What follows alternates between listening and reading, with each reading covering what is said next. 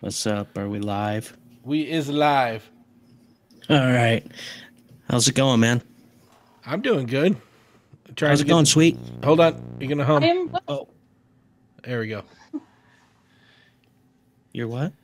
I am well. Good, How are good, you? good.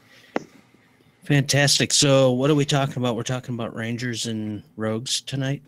Oh, yay! Or we could talk about how Bros and Dragons is officially listened to in 47 different countries. Holy cow. I didn't even know there was 47 different countries. So, for those who are new with us here, this is your first time listening. We talk about D&D. We try to stay on one or two topics. For example, tonight, Well, Rogues and Rangers. bullcrap. I said we try. I didn't say we actually do it, but we try. And for those that don't know me, you'll hear about 58 times tonight. Preach it. Otherwise, let's get on to it. And we're going to start with Rangers, seeing as how they're next in line. Hi, everybody. I'm Doc from Bros and Dragons Incorporated. You can follow me as you see above at my Twitter at IamDMDoc. And we're joined by Sweet. Hi. Y'all know me.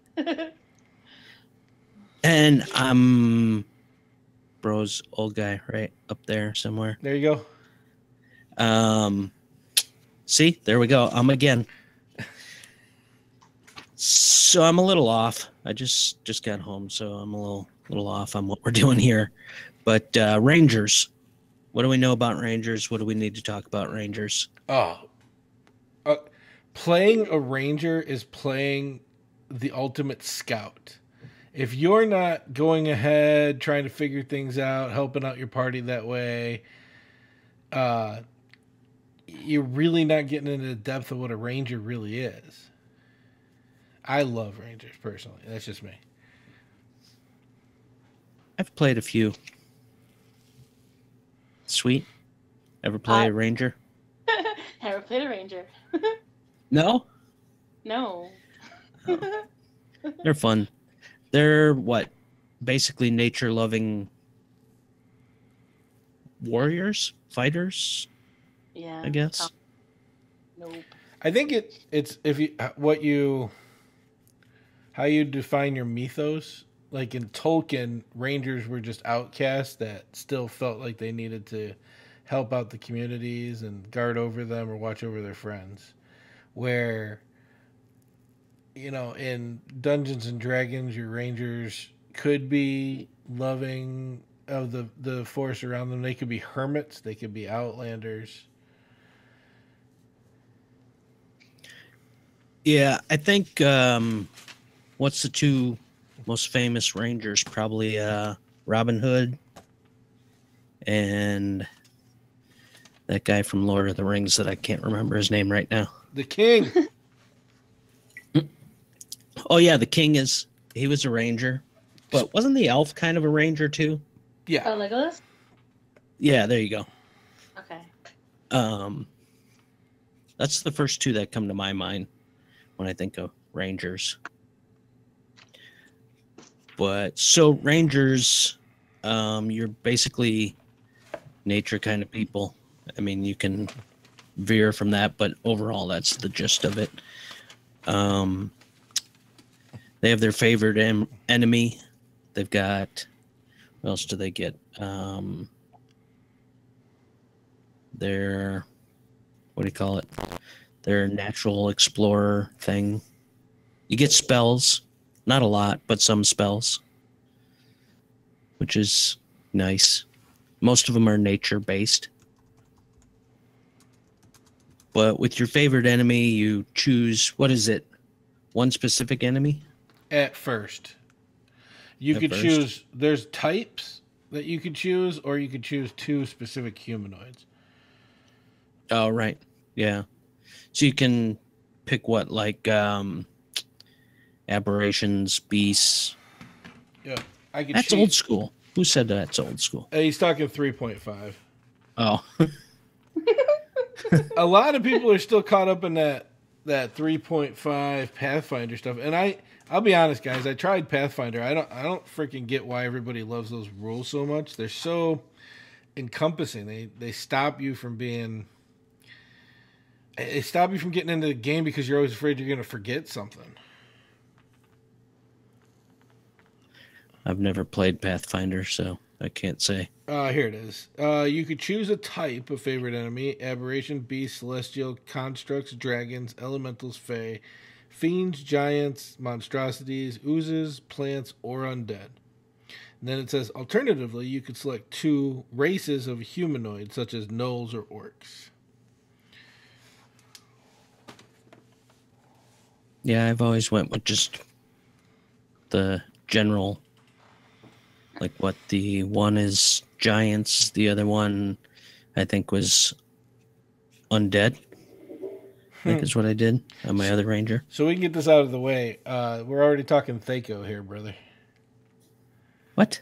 Yeah. Like, he said he's old school because he played Thaco, and I was just like, yeah, who hasn't played Thaco? But I forget that people got into this at 5e. Yeah. Yeah. Why does Thaco always come up in our conversations? It's a really good sucky system. It's a two-edged sword. It's awesome because nobody could actually pinpoint the numbers, so because everybody had something different to hit. It was a pain in the ass for the DM though. Yeah. And it's an antiquated, cute system, I guess, if you really want to keep your Thaco, knock yourselves out. I dislike it. I think it stops the fluidity of the game. I think that it doesn't allow the players to get into their characters and role play in battle, out of battle. I think it takes away from the game. He says he hates Thaco. Yeah. As a DM, I didn't like it. It was too confusing. But it also was nice that the players couldn't, after one round, they know what they have to roll then to hit. Whereas with Thaco, you weren't sure. It took you a while to figure it out. But if you trust, because everybody had something different. If you trust your players in 5e, I did that just to make it go faster. I would tell you guys what the AC was. Right. But, okay, so see, we got off subject once. Mark that down. There's number 1. I'm still keeping score, guys. No worries. Got this. So favorite enemy, basically, you choose an enemy, like we said, and then you get additional benefits when you're fighting them. Such as you have advantage on survival checks, tracking your enemy. You can recall information on your enemy. Do you get a bonus to hit them? No. I don't remember. No. No. I think that was an argument when they came out with the UA that they didn't do that. Yeah. Yeah. So you get some different benefits from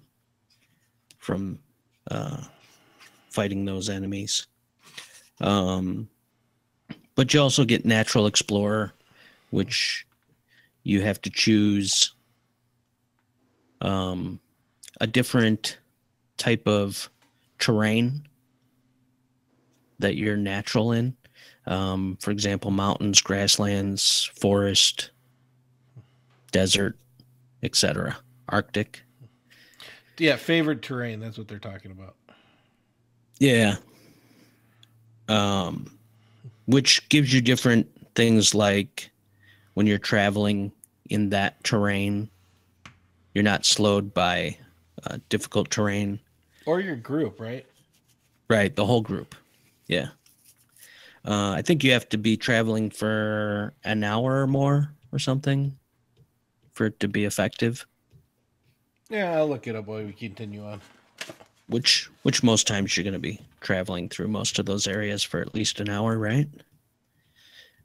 It doesn't say that.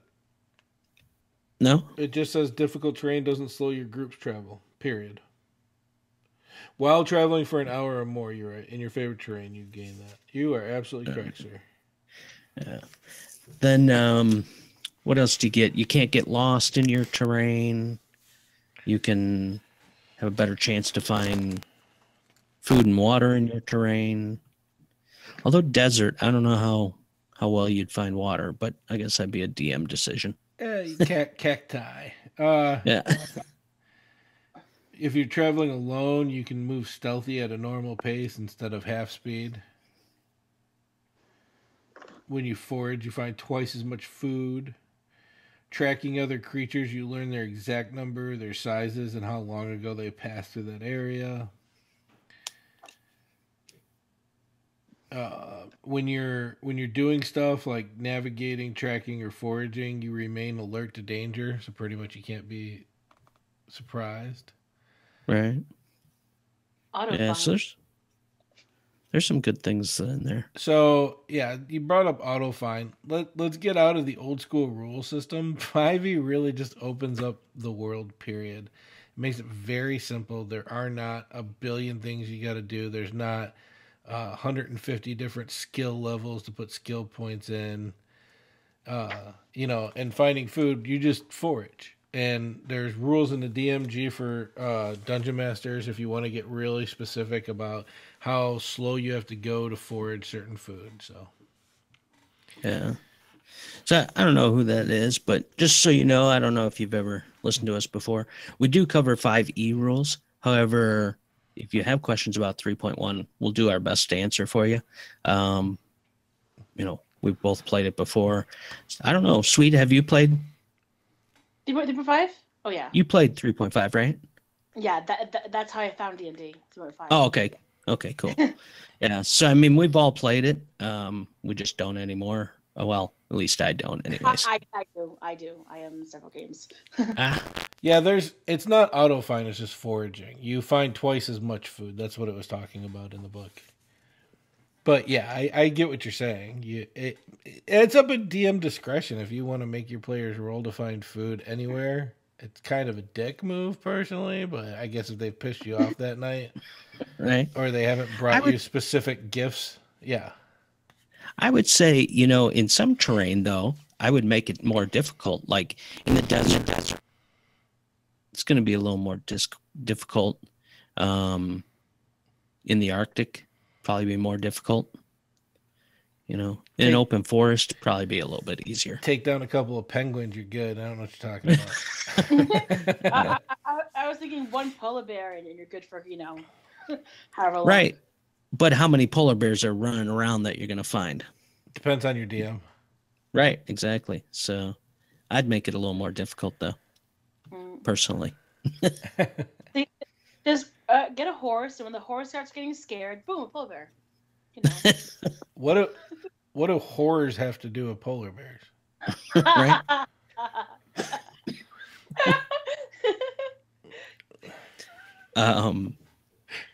Club of Baby Seal. I like it. Club of Baby Seal. Nice.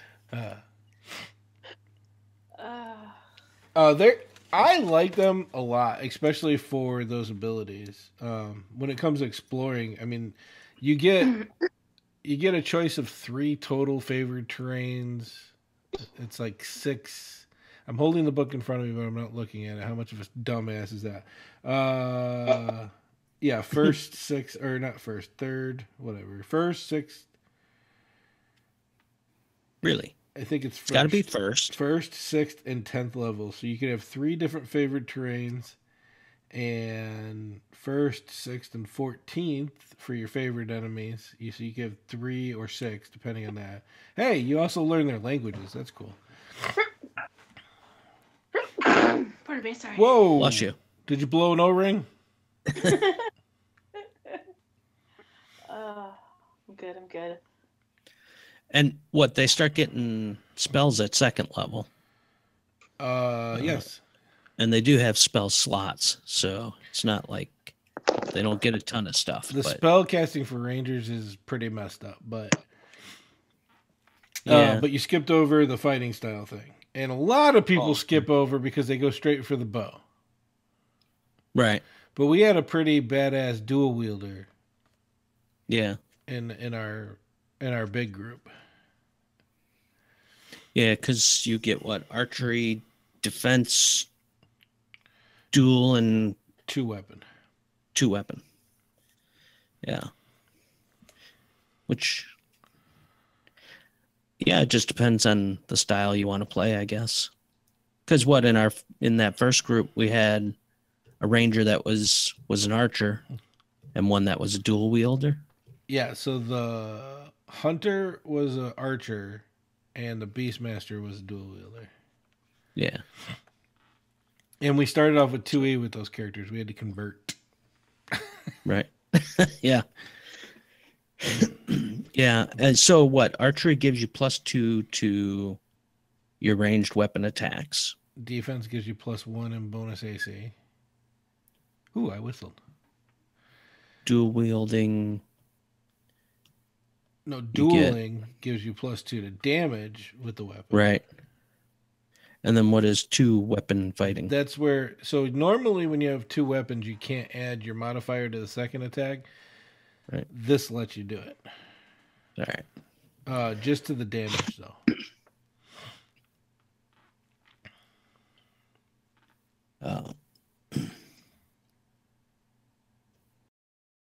And so you can have 2 clubs. You can get 2 baby seals.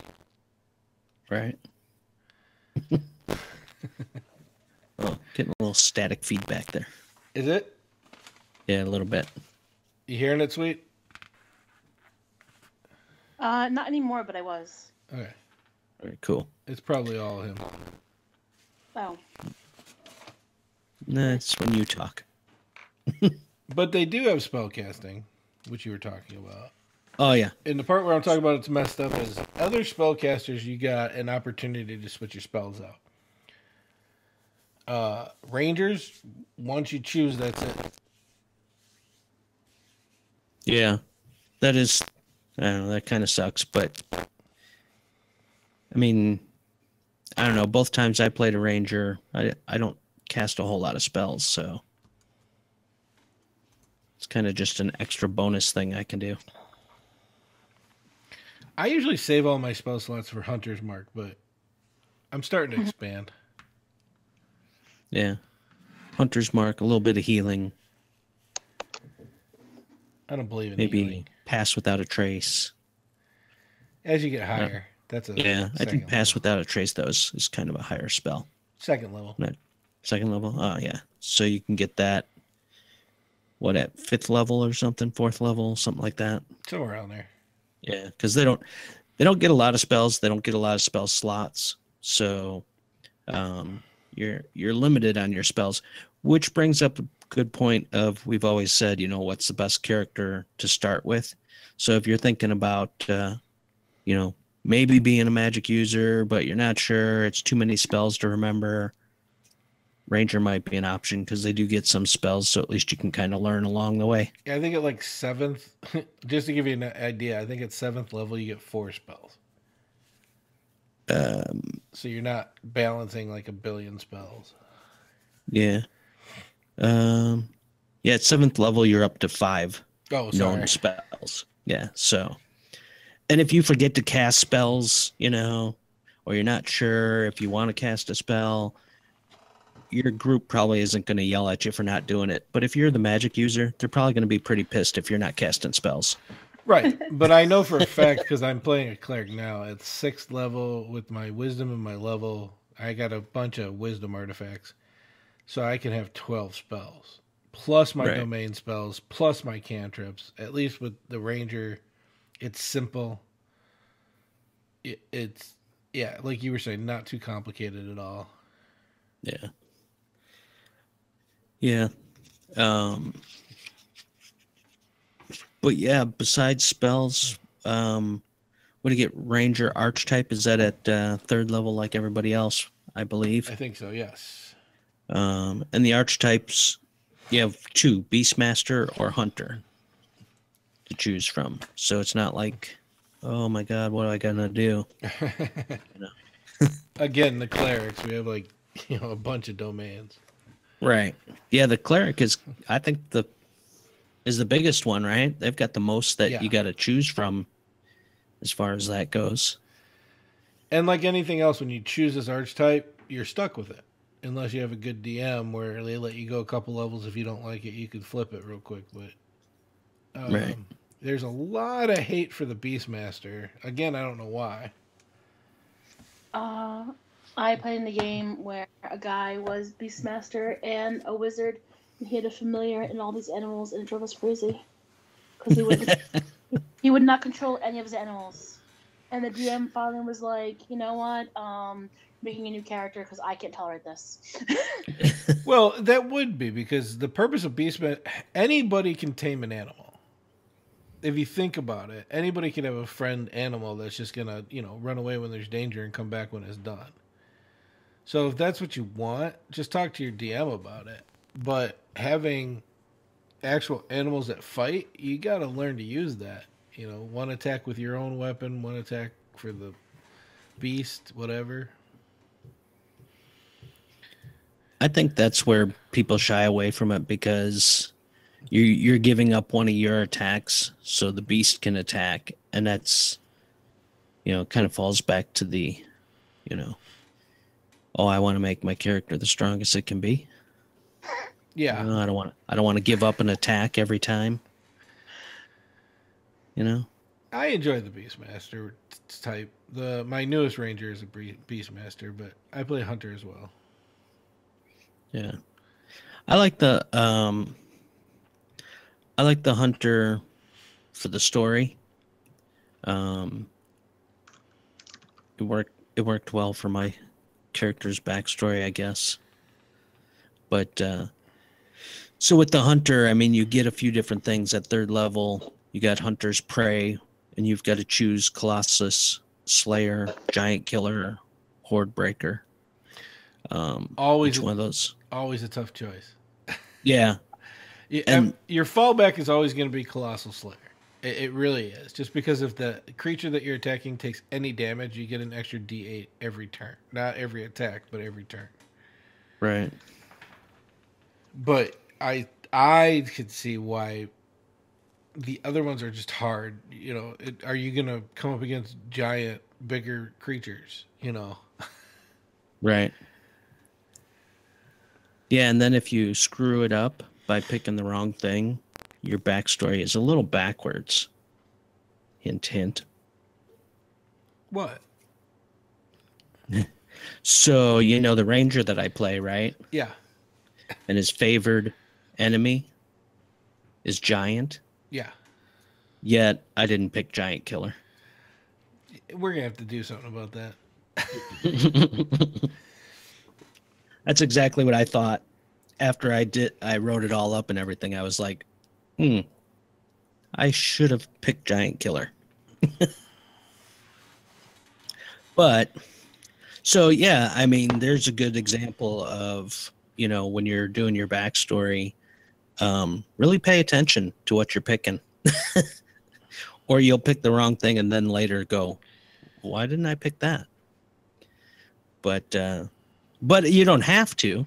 I mean, if you want, it's your character. You can pick what you want. You can min-max like a mofo. Right?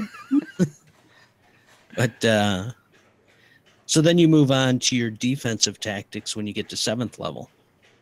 And you got Escape the Horde, multi-attack defense, and Steel Will. Okay. Honestly, I just hit 7th with my ranger. This was the hardest decision I made so far. Yeah.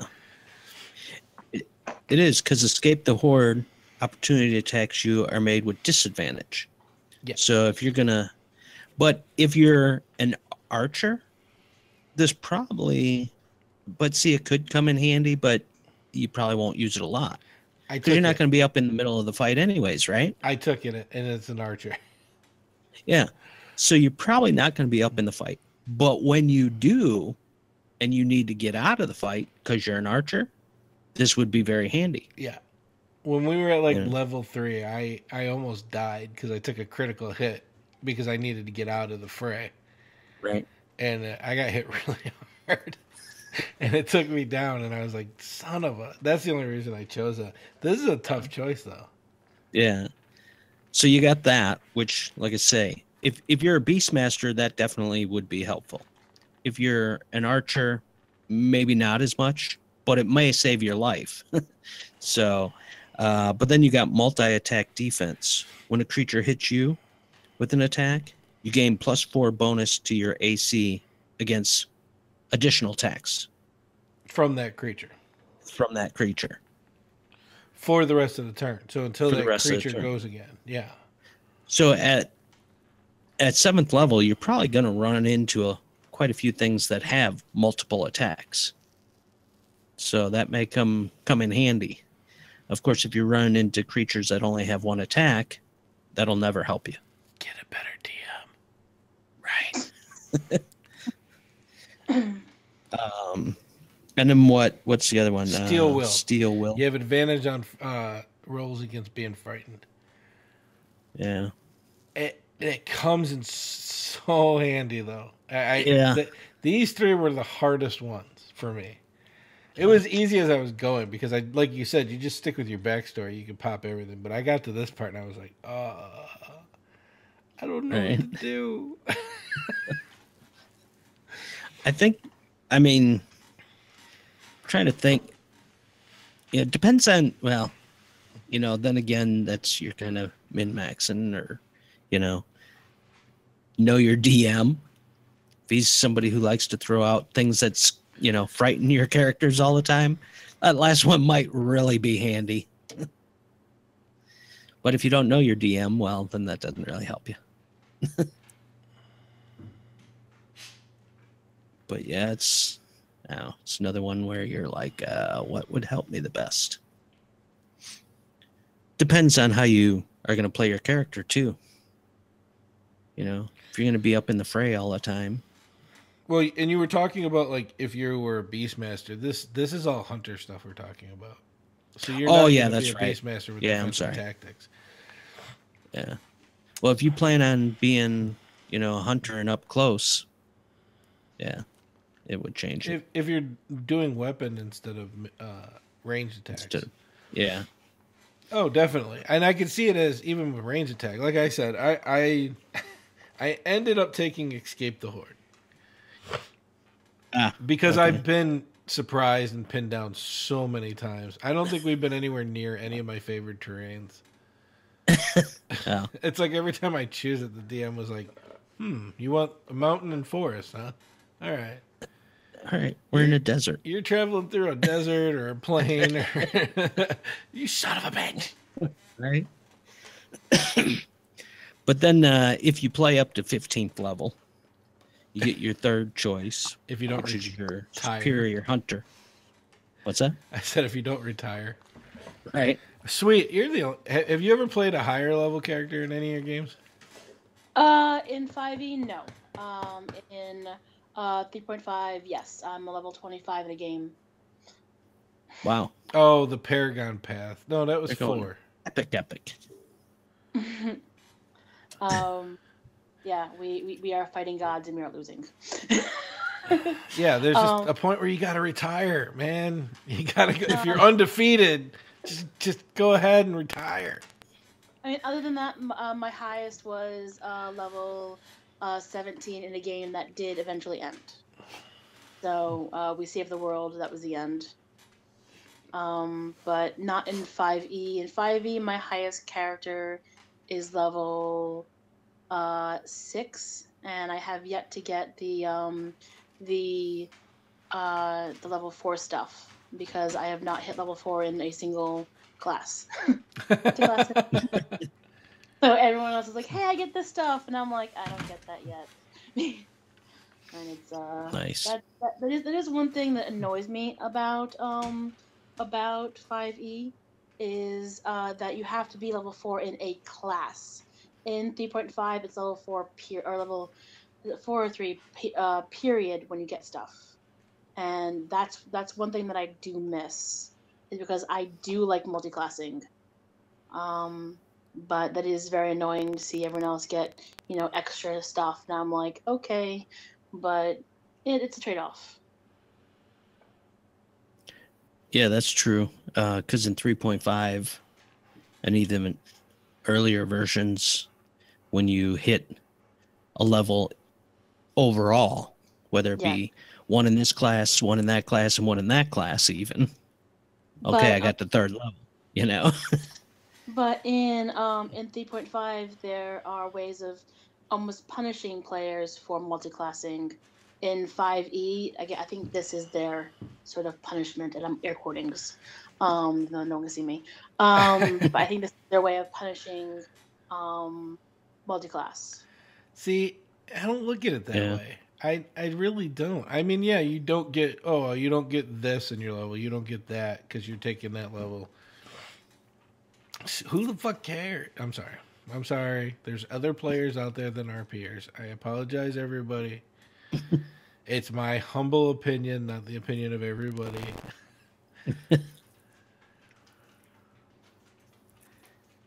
It's your opinion what? Yes, you didn't say it. It's my opinion that you played a role play. It's a role playing game. It's not a side scrolling adventure game. It's not.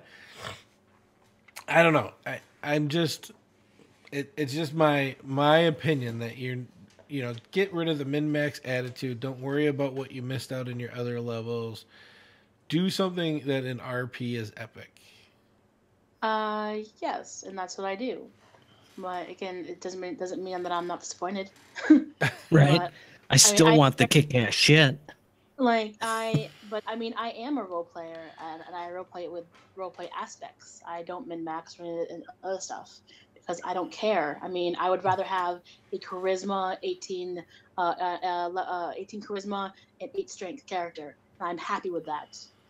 Oh no, I'm not talking about here in the conversation we're having. It's just something I've had I've got some hate mail over my anti min max stance. But you fill us in on this. I have no idea what you were reading. Yeah. Fill us hi, in. whoever's saying hi. Well, I said hi because that was me. Oh, all right. Kit Kat and your level. I get it. And Tom and I talked about that at one point, is how to make it so that you could still max out your levels. Yeah. Like keep going instead of just stopping it at 20 and however that falls, whether it's 3 and 17 or whatever. But I don't know. Again, I love it. It's all for the game. Mm-hmm. See, I think and I'm just speaking for myself here, I don't mind that, players like, oh, how can I get the strongest character, but make it make sense with your story too. Oh yeah, absolutely. If you've got a kick-ass character and it makes sense with your story and you role play to that story, great. But if you're going through and picking all this stuff so that you can have the strongest character and it makes absolutely no sense to your story, nah, that doesn't work. I agree. It's, but off topic number 4. Oh, dang it. Somebody's keeping track. I like it. Welcome everybody that just showed up, by the way. I noticed. Yeah, how's it going? I can't see names. I can see what people are saying, but I can't see who's saying it. Well, I'm teal, so if you can see a teal letters. Oh, okay. Yeah. See, I can't make it out. It's probably just my eyes, but that's all right. It's probably the fact that you should be wearing glasses, but who's counting? Right. I could see fine until I walk into the wall. Yes. Just keep telling yourself that. It'll all be okay. But 15th level, you get Superior Hunter's Defense, which is evasion, stand against the tide, and uncanny dodge. Which you'll hear evasion and uncanny dodge once we get to Rogue too. Uh-huh. But not standing against the tide, baby. But not stand against the tide. So what is evasion? What's the easiest way to say it? You nimbly dodge out of the way of anything that requires a dexterity roll, which is normally anything that's area effect. There are a few exceptions to that, but that would be a dexterity save, not a dexterity roll. It is a dexterity saving roll, so it doesn't matter how you're going to put it, Sweet. Boom! Well, no, dexterity roll could be like... Boom. Dropping the mic. But it's too expensive, so I'm gonna keep it in the stand. Tell my player not to worry about power. As a DM, game balance is my job. Yeah, Right. and sweet. No, I, you're right. It is a saving throw, but that's what I meant. If it takes a dexterity saving roll, then yes. Yeah. Yes, Yeah. but it is different. Like, I don't want anybody quoting us and being like, they said it. I enjoy hate mail. You haven't figured that out yet? Right? Have you seen the post that I put out? I'm like, come troll us. Come on. But see, Right? I don't like my name is Sweet for a reason. Mal rolls his eyes and like, yeah, I know that. See, and there's always a way around that, you know? I mean, so if your player comes to you and says, oh, we heard on Stripping Down D&D this. Yeah, I'm the DM, and that's not how it works in my game. Right, true. But anyway. Simple as that. We're supposed to be educating people, and educating people wrong is not our job. So, True. Saving throw. It's Yes. it's still not wrong. It's still a roll. Dexterity roll. Yeah. So it's for your saving throw. If you have to make a saving throw. Okay, don't get technical with me.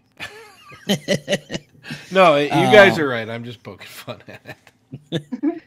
But, okay, so we're going to jump to Uncanny Dodge.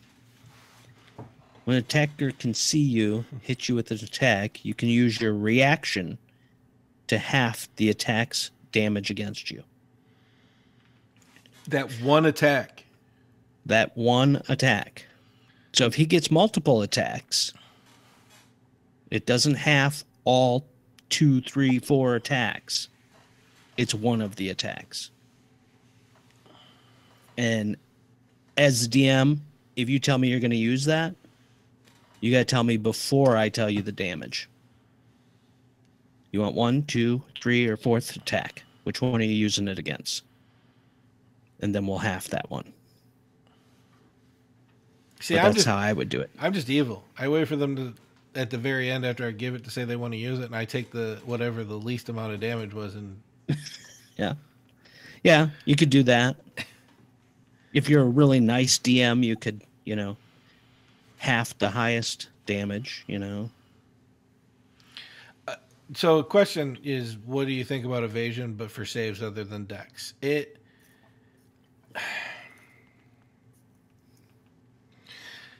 specifically says in the book dexterity saving rolls. However, if it's something coming at you, if you make a good case, again, me as a DM, I like to keep the story going. So if it sounds awesome, I usually allow it, but I see why it is that. You're talking about evasion, getting out of the way. That means a couple things need to happen. One, you need to see it. 2, you're getting out of the way, which is always a dexterity agility roll, which is why it's like that in the book. And I think it specifically says that. Yeah. Yeah, I'm looking right now. Yeah, subjected to an effect, and then it gives you a description that allows you to make a dexterity saving throw to take only half damage. You instead take no damage if you succeed on the saving throw, and only half if you fail. So, yeah, you could get into the technicalities. So I always figure evasion is something you have to see. Mm-hmm. So, like, if you're trying to do it against something that's like a charisma save, you're not actually seeing it come at you. However, the book doesn't say that you have to see it. I always assumed it's something you have to see coming at you. It might be in the sections in the back where it describes what to do in combat that we all kind of skim because we've been playing this game long enough, but yeah. Send me the hate mail again. brosanddragons@gmail.com. I'll take it. I don't care. Bring it. Your choice, like mental maneuvers and slippery mind type mental maneuvers. See, that's where I'm saying for me, it's something you guys see coming at you, but it doesn't technically say that in the book under evasion, under ranger or rogue. But here's my thing. I get what you're saying. And if you can give me a reason that your character or anybody, a good DM, if you give me a good reason why your character would be more mentally disciplined than most other characters, yeah, I might allow it. That's just how I am, though. Yeah. Does Monk have evasion? It has a form, I'm sure. Mm. Because Monk's I was- really close to Rogue. It's just different. I was thinking, like, what if it was something like, well, because again, like my DM style is very social rather than combat based. There's something like, a player is throwing up on you, you're getting out of the way, but I want you to roll a con check, see if you throw up as well. Would you count that as the evasion or no? No. Okay. Because what are you evading? Well, The throw up, I No, just throw up. But that's a then- dexterity throw to get out of the way of the throw up. right? And then, like, if you're close enough, like, that you're not spelling it to throw up too. I don't know. I'm just thinking like more other. Well, it only other ways. halves the damage. It doesn't give you advantage. Oh, okay, half the damage. So no. Okay, I don't know. All right, Miss Rogue. You don't know.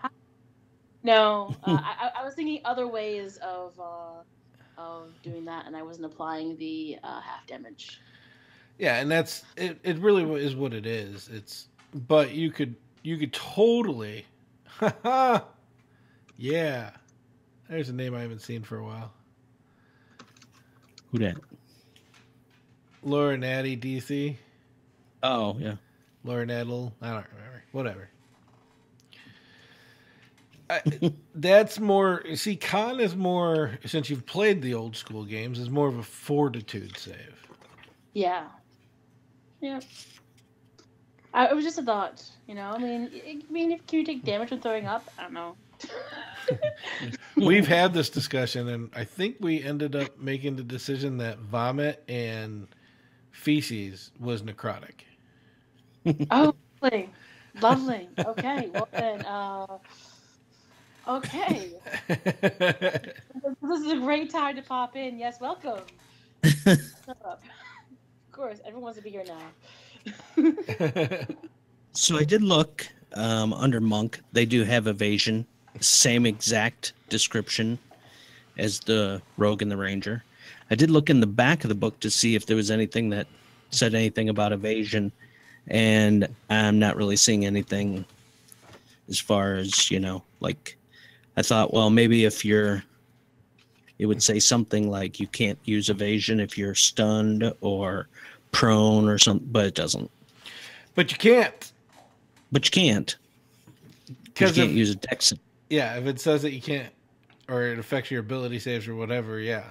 Yeah. Remember, rules are only rules unless there's an exception, because the exception always wins. Right. So I mean, I guess it would boil down to your DM, but personally, I would say evasion is for dex only. But stand What about- against the tide. Excuse me? Stand against the tide. This is my favorite thing. Oh, okay, go for it. So, stand against the tide is basically how it works. Let's say you're fighting a monster and there's a couple of monsters around. This is really when it gets really entertaining, or you don't like somebody in your group.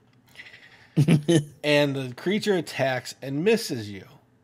You can then cause that creature to make the exact same attack against some other creature around it that it can reach within range, stuff like that. So if, there's like a goblin horde that's being controlled by a bugbear, and the bugbear tries to hit you and there's other goblins around and misses as a ranger, you can make that bugbear do the exact same thing to one of those goblins. Or again, if somebody in the group has been pissing you off, you can get them too. Right. Yeah. So it's got to be within reach. Yep. So it can't be, some guy across the room. Excuse me. And he can't attack himself or herself. Right. You have another creature. Right. So, but it doesn't say anything about it can't be one of your allies. So, if that rogue is stealing too much of your shit, You might want to have him get hit upside the head, Sweet's character charmed me one too many times. right? See, you never steal from the party. I can't stress that enough, but I'll bring that up during my section I've been waiting for so long. I don't know. Keith had a rogue that used to Yeah. steal from party members and put it in the other party members' bags just to watch what happens. See, unfortunately, all my players know me far too well, so they're like, "Sweet, come on, stop that." It was all through whisper. You don't know. Your character doesn't know. Come on, Sweet, just stop that. All right. So then the last thing the archer possibly can get is uncanny dodge. Did we already talk about that? Yeah. You skipped Okay. stand against the tide. Oh yeah, I did. I'm sorry. All right. So that's Beastmaster. pretty much the hunter choices. Then you go to Beastmaster. Which was a great movie in the late 80s. Well, I don't know about great. It was but great. It was a movie in the 80s, but so at third, I mean that's when you're picking your archetype. This is the second choice you would have. Basically, what you get a companion. Medium creature lower than 1/4 CR, and the rest of it is just how to adjust the stats for that creature. Right. So but that's the basis. A medium creature that's 1/4 or less CR, and there's like other things that can't fly. Or wait, it can fly. Yeah, I don't think I was it can thinking fly or swim. I was thinking a druid Yeah, because I thought that but was you're right so far. stupid. But yeah, it obeys your commands, and this is where I hated 3.5, because in 3.5, you could get a beast, but you had to take time to train it each individual command, and it came with one command or something like that. And and you had to make rolls. If your rolls didn't make it, you didn't succeed. It never learned that command. Yeah, right. That was like, great. Now I got this, I got this, whatever. We'll just say a panther. He can't attack because he didn't learn that. He can't jump. So basically, you got a panther that's walking around with you. It would defend itself. Right.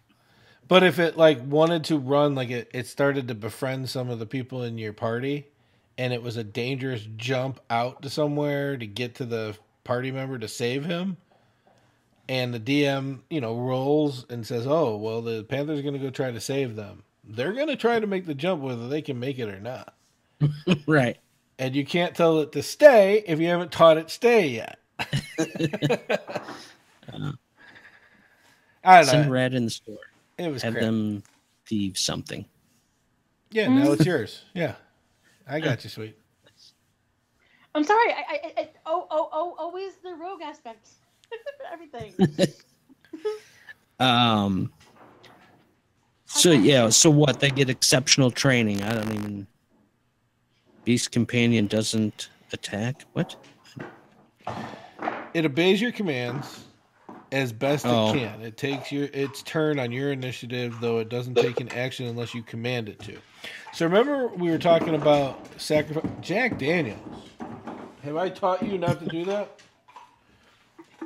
But speaking of Beast Companion, sorry. You had to use a bonus action on your turn to command your beast. Right. Unless the beast on its own is attacking. Right. So that's a big confusion. If it's already attacking, you get to have both your attacks, and your beast gets to take all of its attacks as well, because it works on your initiative.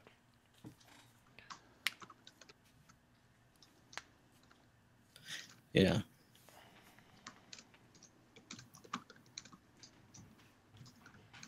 Yeah, so you basically are using one action to command the beast, and then you use one of your actions you can attack or do whatever your action is going to be. So that's where I think people shy away from it, is because you're giving up one of your actions to have your companion do something. Hey. Cool. But beginning at 7th level, on any of your turns, when your beast companion doesn't attack, you can use a bonus action to command the beast to take the dash, disengage, dodge, or help action. And then at 11th level, you get Beastal Fury, which your beast can make 2 attacks when you command it to use an attack action. So it like gets an extra attack. Which I guess is good. Beastmaster's fun. Once he's attacking, though, you don't have to keep commanding him to attack. That's what I try to tell people. So if it's 3 rounds, on the first round, you use one of your actions to tell it to attack. And then the next round, you just take all your attack actions and all the other stuff. It's attacking. You don't have to tell it again. Right. Yeah, it'll continue till you use an action to tell it to not attack anymore. Or until that creature is dead. No, exactly. And then you talked about Fury, right? The multiple attacks. And then, at 15th level, you could share spells with your Aminal.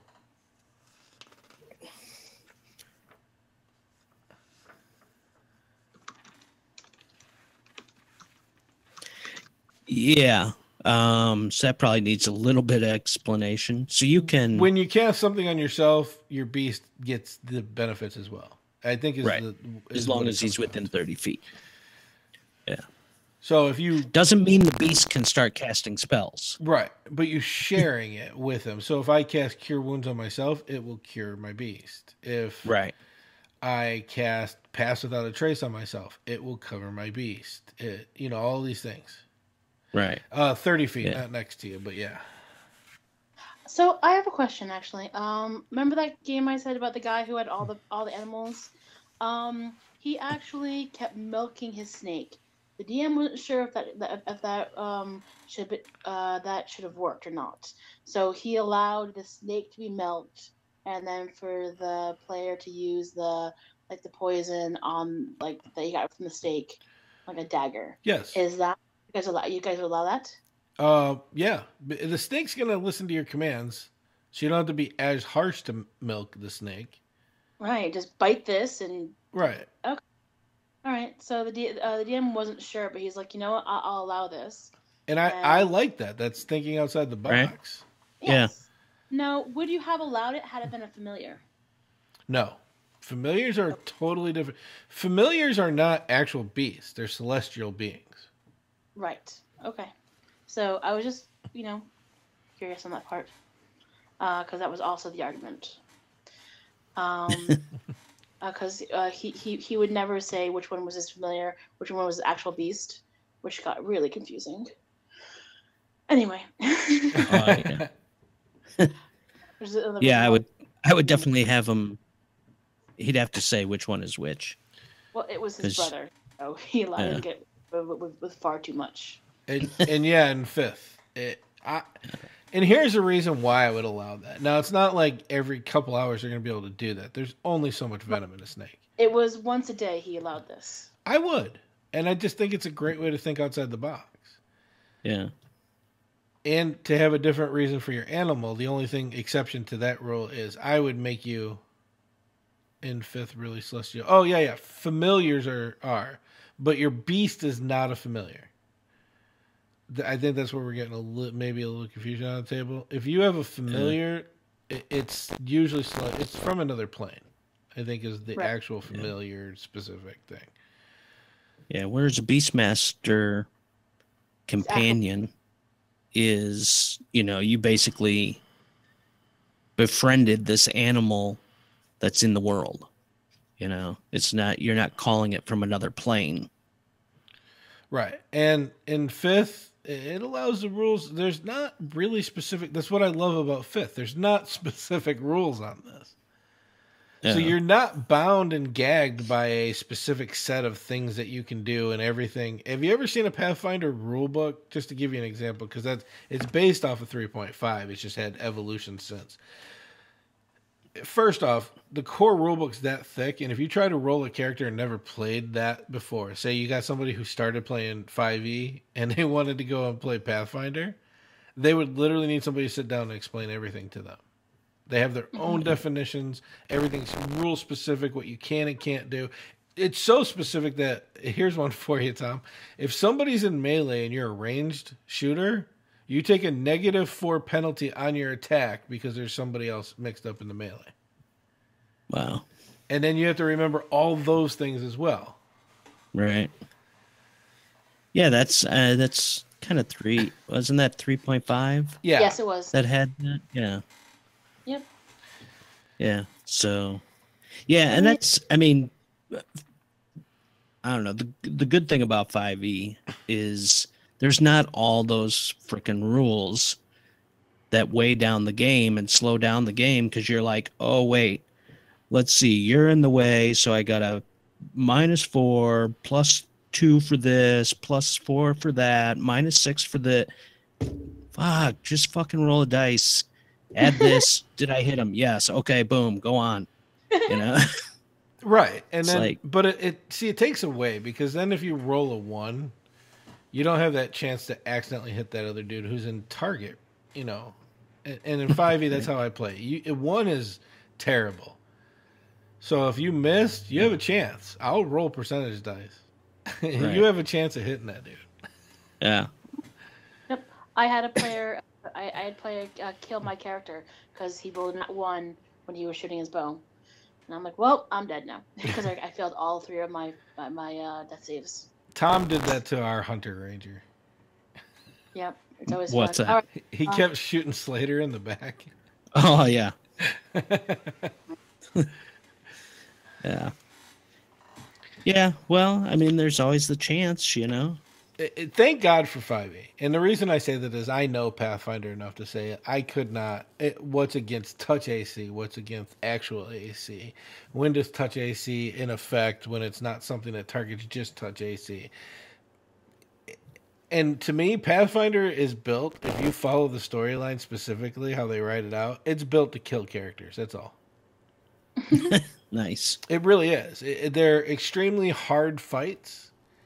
It's great for storyline, don't get me wrong. Pick up a Pathfinder book and translate that to 5e, you will have an amazing story. If you're following the book, you get a good story, but the whole thing is if you use the creatures, they say it's going to kill people. They have like an 8-armed cat that has this really high... Here's one for you. CMB, CMD. Let's get back to old school. Oh God, I hated that Oh, so much. God. And if it grappled you, which it pretty much unless it rolled a natty 1, it was going to grapple you. And now it beats the crap out of you every turn for free because you're still grappled, and the CMB is so high, you're not getting out of it. Nah, see, that's too much crap. No. There's too much crap going on. Keep it simple. Anyway, back to topic at hand. Yeah, but so at 5th level, you get an extra attack. There's really nothing to explain there. Land stride at 8th level. You can move through non-magical terrain. It doesn't cost you extra movement. Difficult terrain, right? Yeah. Yeah. Non-magical difficult terrain. Yeah. Hide in plain sight at 10th level. That's pretty awesome. Basically, you can camouflage yourself to give yourself a +10 bonus to your dexterity stealth rolls. And a +10, I mean, come on.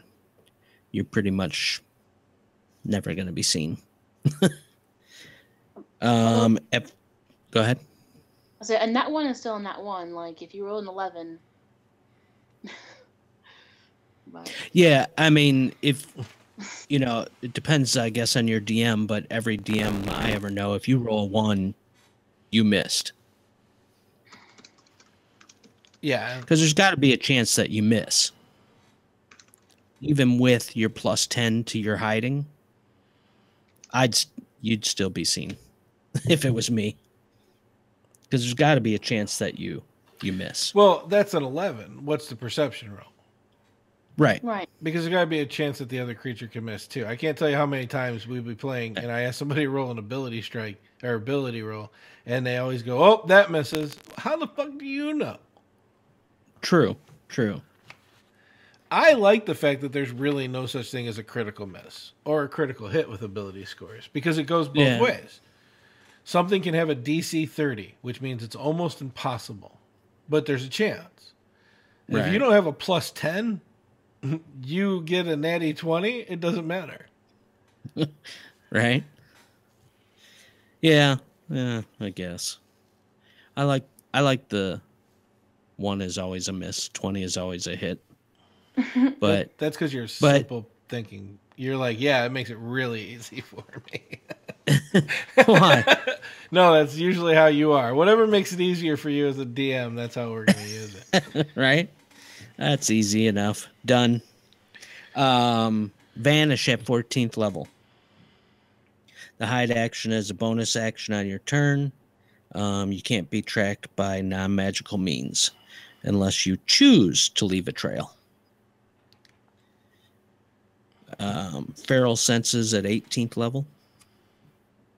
And some of these I'm like, I never even knew that this happened because I never got this high in level. Let's see. Feral senses. I got to read this one. You gain senses that help you fight creatures you can't see. A supernatural? Yeah, there you go. Okay. Feral sense is because you're using like your smell and your hearing. It's like blind sense is what it comes down to. Yeah.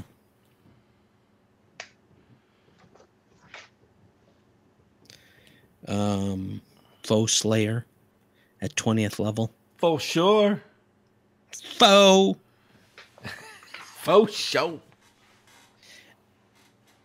On each of your turns, you can add wisdom modifier to the attack roll or the damage roll of an attack you make against one of your favored enemies.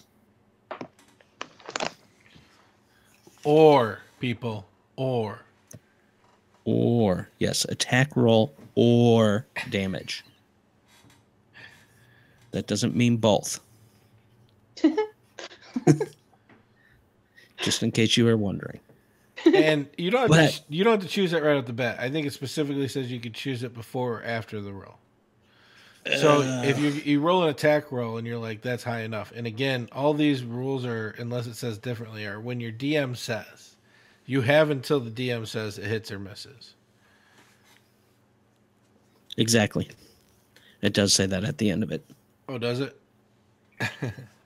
Yeah.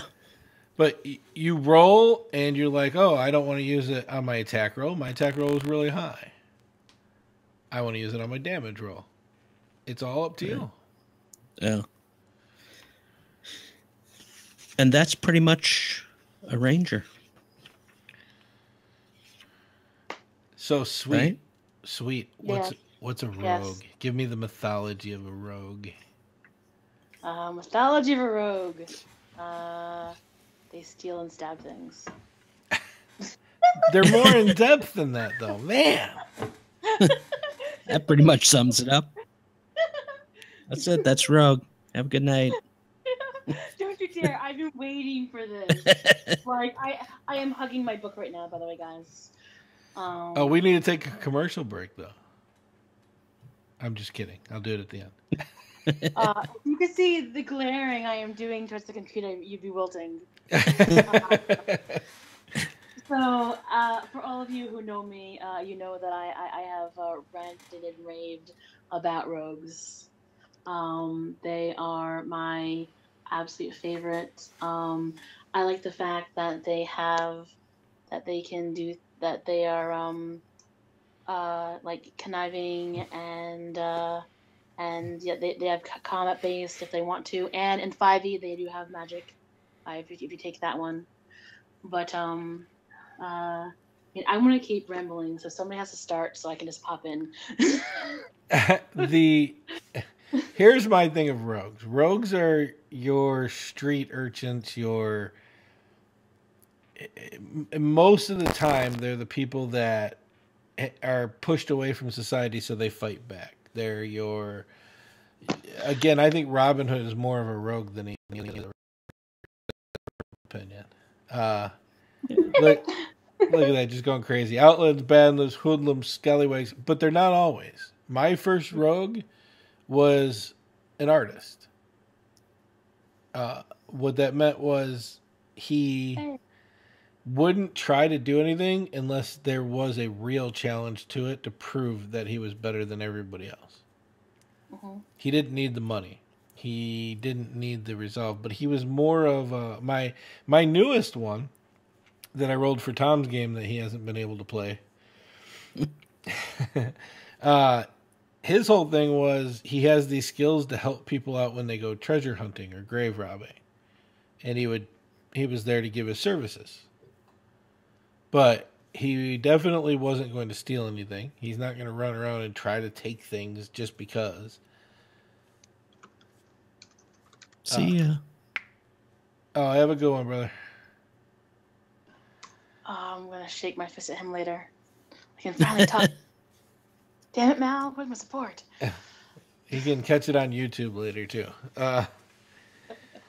So those are your rogues, but they're also shadows. They're the people that want to blend into society. They're your spies. They're your scouts. They also information brokers.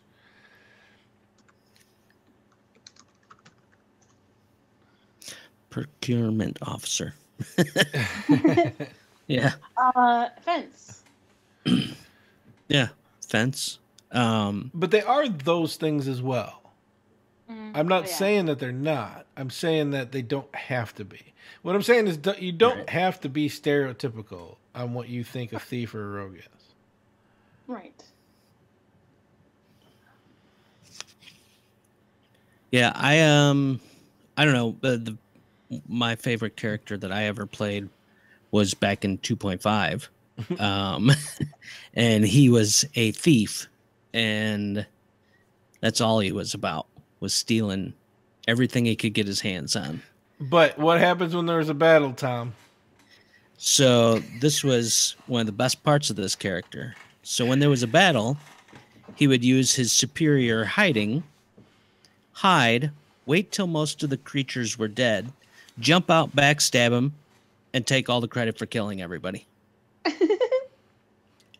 And yeah, he rarely ever got hit.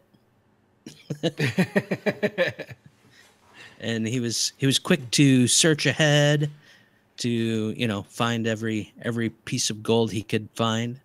Mm-hmm. Yeah, he was a thief. But then you had your other rogue. But that's one thing I do miss in the rogue or thief ability, is how you got to break down your abilities. Oh, with yeah. Percentages. No, I agree 100% because it changes what it is. Right.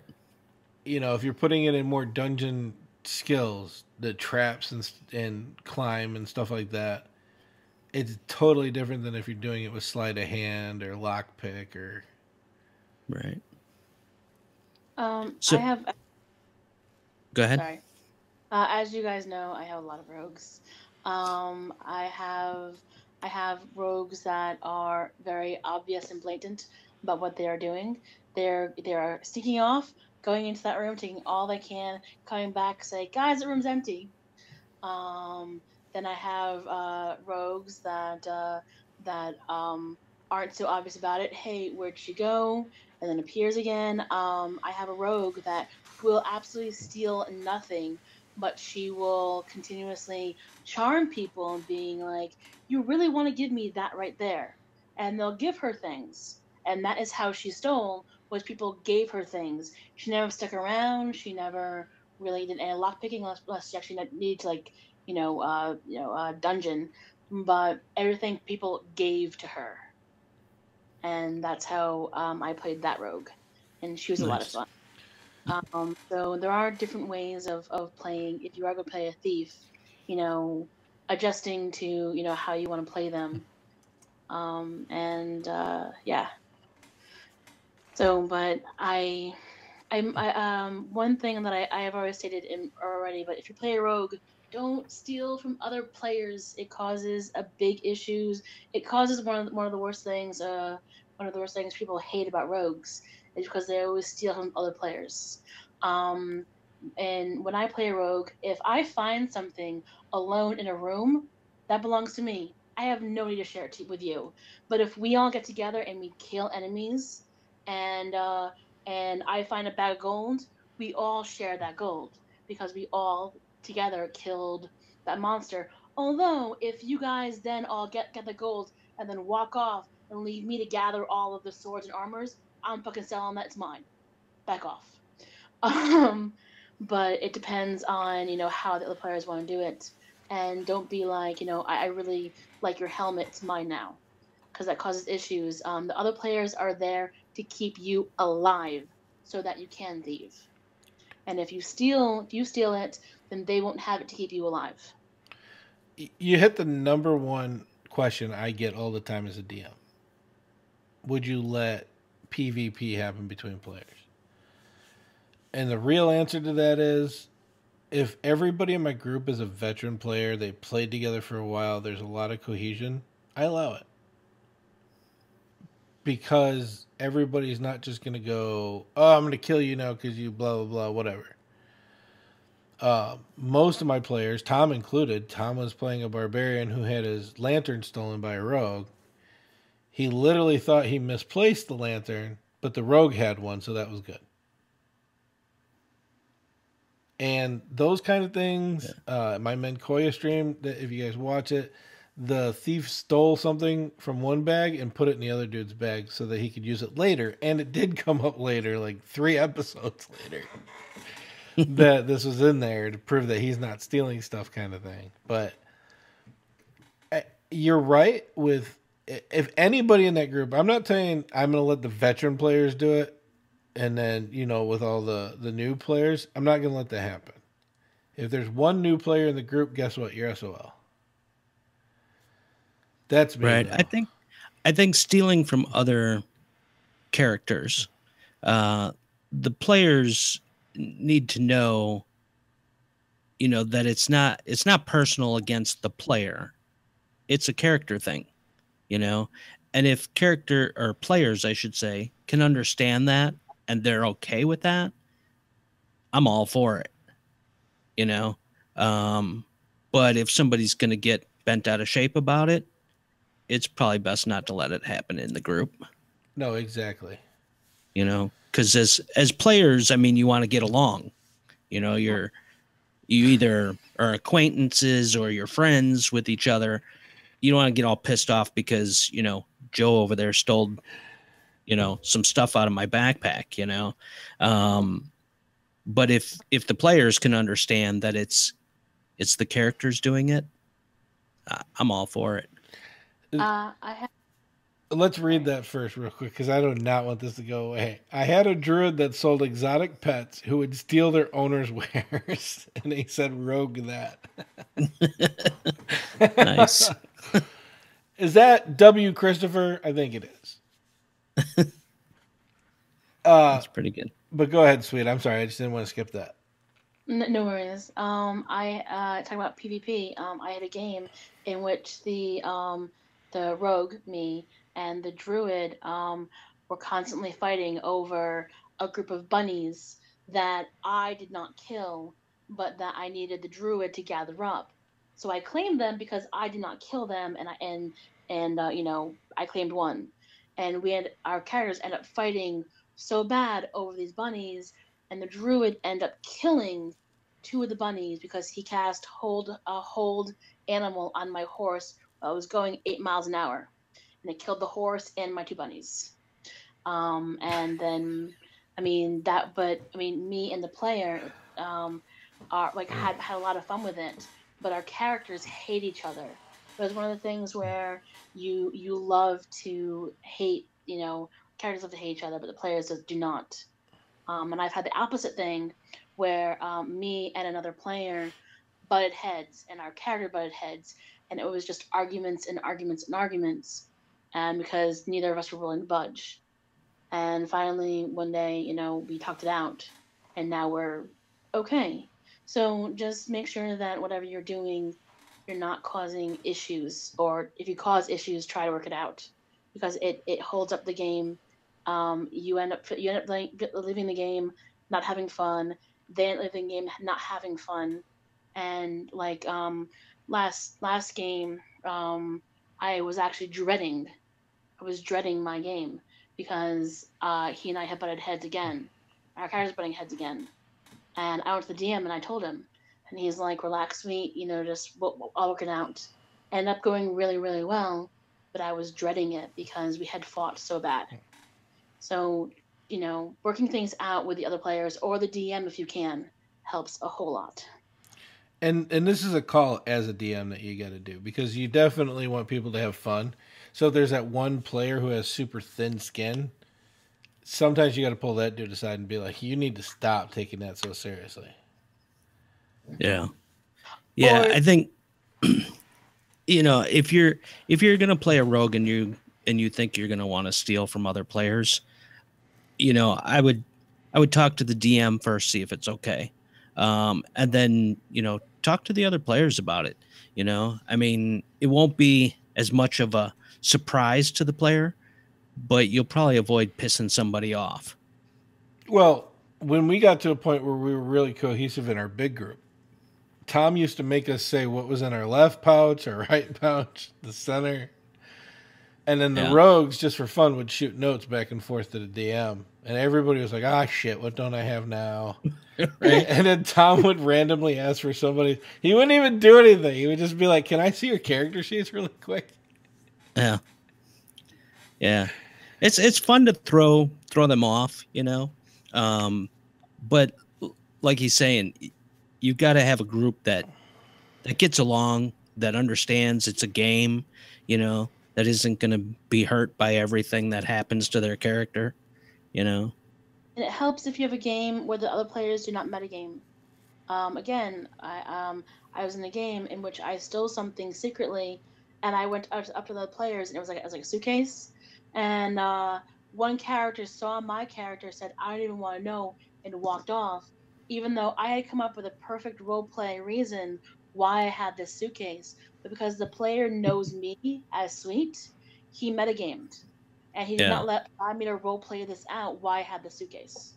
And that pissed me off. Because it was like, your character has no reason to think that I'm a rogue. Right. And we've had that conversation before with somebody who was close to us. And it turned out, well, you can actually hear it on the podcast. But it's one of those things. It's coercion. If you have a brand new group, you don't start off letting everybody do whatever the hell they want. As a DM, you really just got to control the surface. But as they become more fluent and cohesive and they bond as a group and they start having a little bit of fun, you can open it up to little things like that. Now, are you going to let him steal the sword out of his sheath? No, don't be stupid. But if he's going to take like a little knick-knack out of the dude's bag or something small, coins, whatever it is, those little things become funny, especially if like it's a trinket and it gets stolen, and then later on they use their trinket to pray before they go to sleep or something. Like, you must have dropped it somewhere.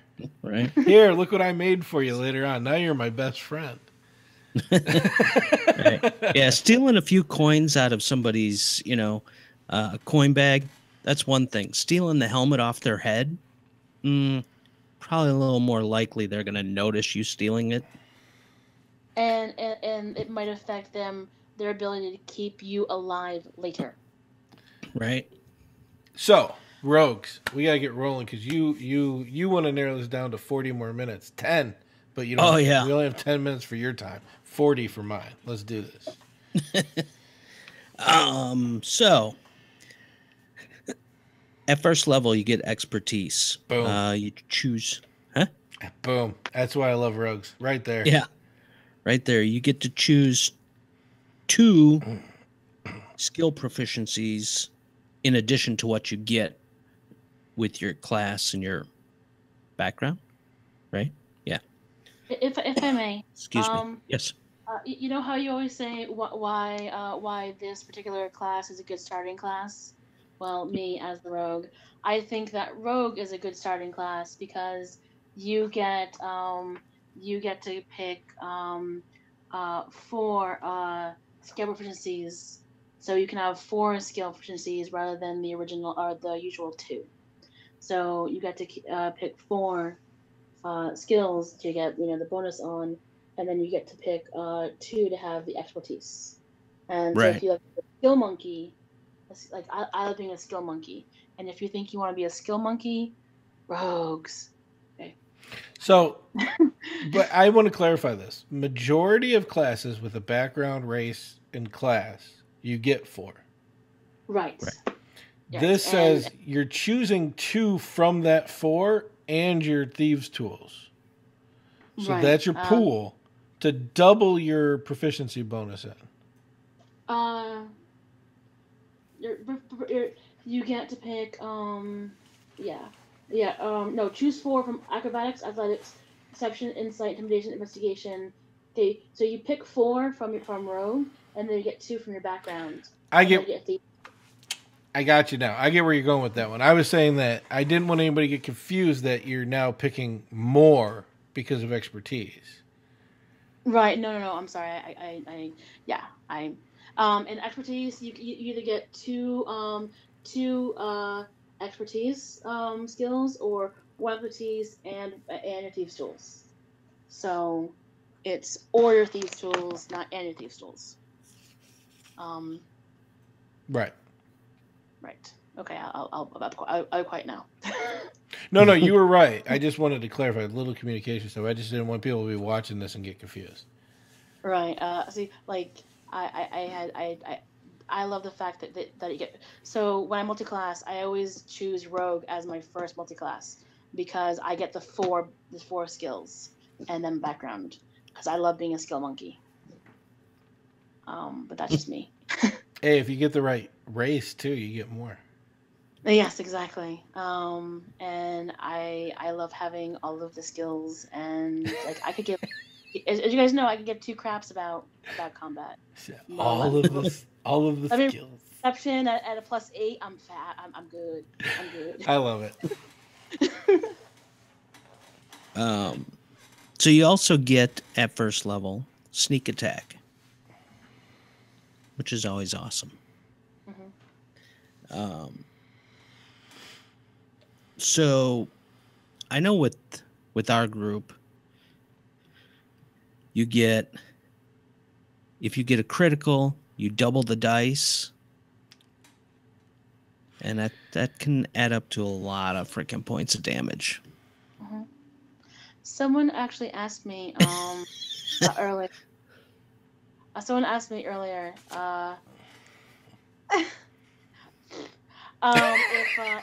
If you have, I just read that, by the way. If you have dual wielding, do you get sneak attack on both? And it's no. It's 1 attack per turn. You don't get sneak on both. Right. I'm sure. So someone asked me that, and I said I don't believe so. Let me look it up, and that is the answer.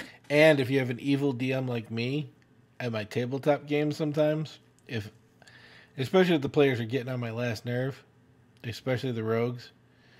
Yeah, which attack do you want it to be before you make it? Yeah.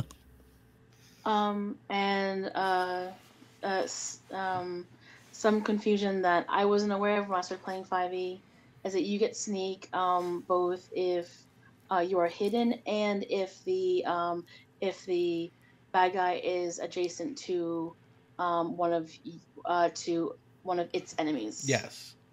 Right. It's how they manipulated the old flanking rules. Yeah. Yeah. Which, yeah, I guess that's good. It depends. It's helpful if you're the rogue. Yeah. It also helps if you're the other person too. Yeah.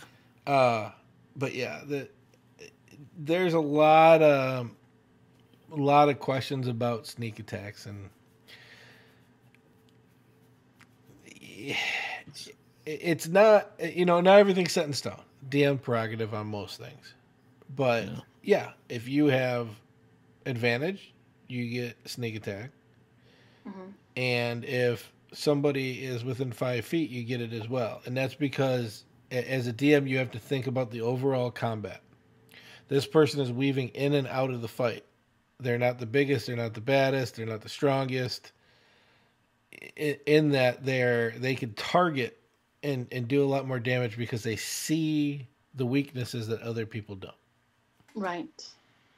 Yeah, and what I like about the 5e rules is that if the bad guy is in within 5 feet of its enemies, so if it's a I don't know, an orc is facing a boar, and they're within 5 feet, and you can sneak attack that orc because the boar is one of its enemies. Oh yeah. So I do like that aspect very much. That it's its enemies, not necessarily one of your allies. Right. Jump in the middle of somebody else's fight and backstab somebody. Yeah. Nice. Backstab. Yep. That's not in this one. Well, stab them in the back. How about that? Yeah, it used to be called backstab. Thaco. Right.